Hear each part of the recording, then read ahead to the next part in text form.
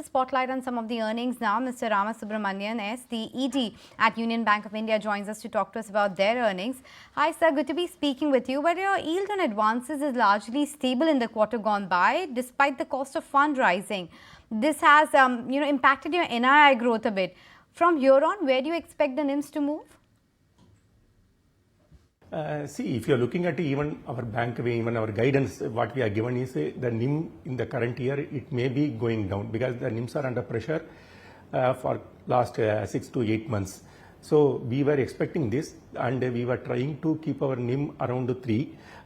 The overall 6 months NIM is still we are able to maintain at 2.97. But for the quarter, if you are looking at it, our NIM is at 2.90. We expect that in the current quarter also, this is going to continue, this phenomenon is going to continue because the pricing of the deposits are challenging for the banks now. But we hope that with the liquidity coming back into the system, this will ease out and hopefully we will find a upward movement of NIM from the next year onwards. Right. So do you think that the cost of deposits may inch up a little bit, which may impact the NIMs?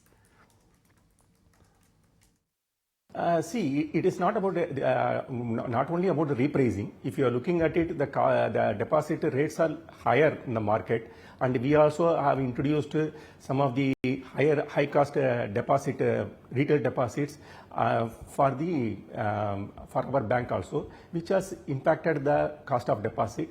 Year on year, if you are looking at it, the 18 bips increase was there in the cost of deposit.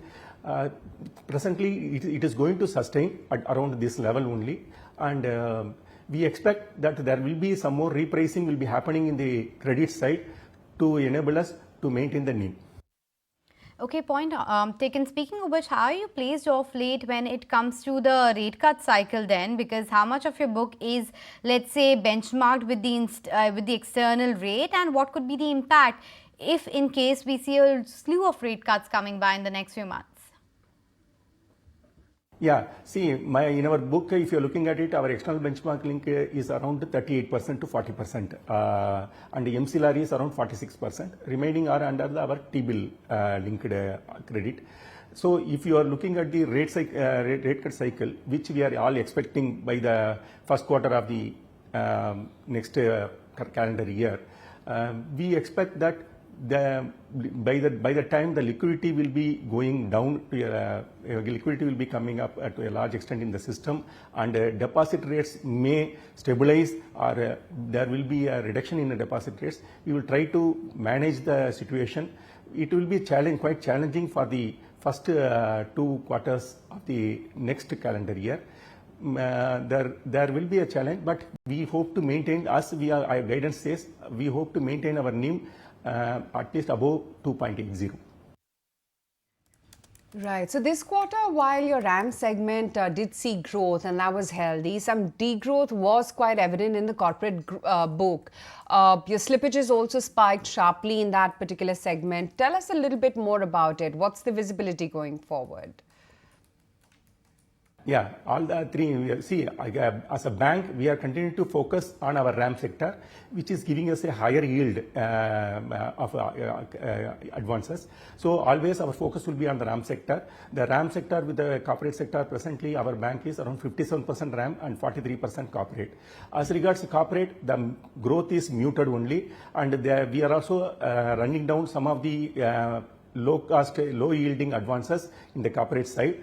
As regards the slippages, if you look at it, there is one major account which has slipped, probably which constitute around 60% of the slippages happened in the current quarter. So our slippage team is working very hard, and we are able to contain, despite the one-off incident, we are able to contain the slippages to a manageable level. Okay, and what about the SME book? Because that looks a bit inflated this quarter. Do you see any pockets specifically where stress might be building up? Correct. See, you look at it, our guidance, we are given the GNPA as 4% and we are working towards that, and our trend also tells that we will be achieving the 4% which we are targeted for the current year.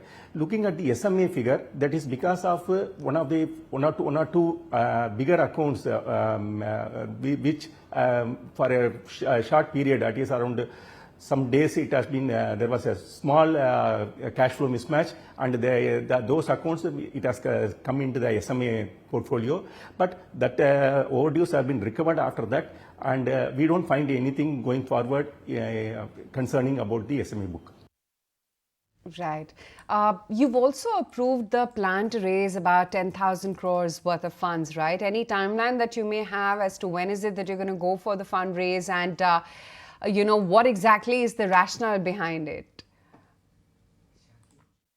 See, we have taken the approval in April from our board for the current year, expecting that there will be some growth or private capex will be coming into the place, and try to, if there is for the fuel for the growth, we try to have that permission from our board.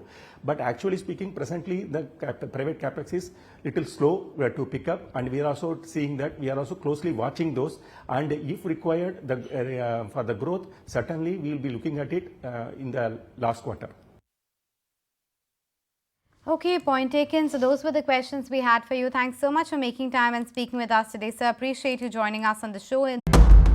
There comes a time when your heart calls for you to arise. Plant your feet solid into the ground. Decide your own limits, and then break right through them.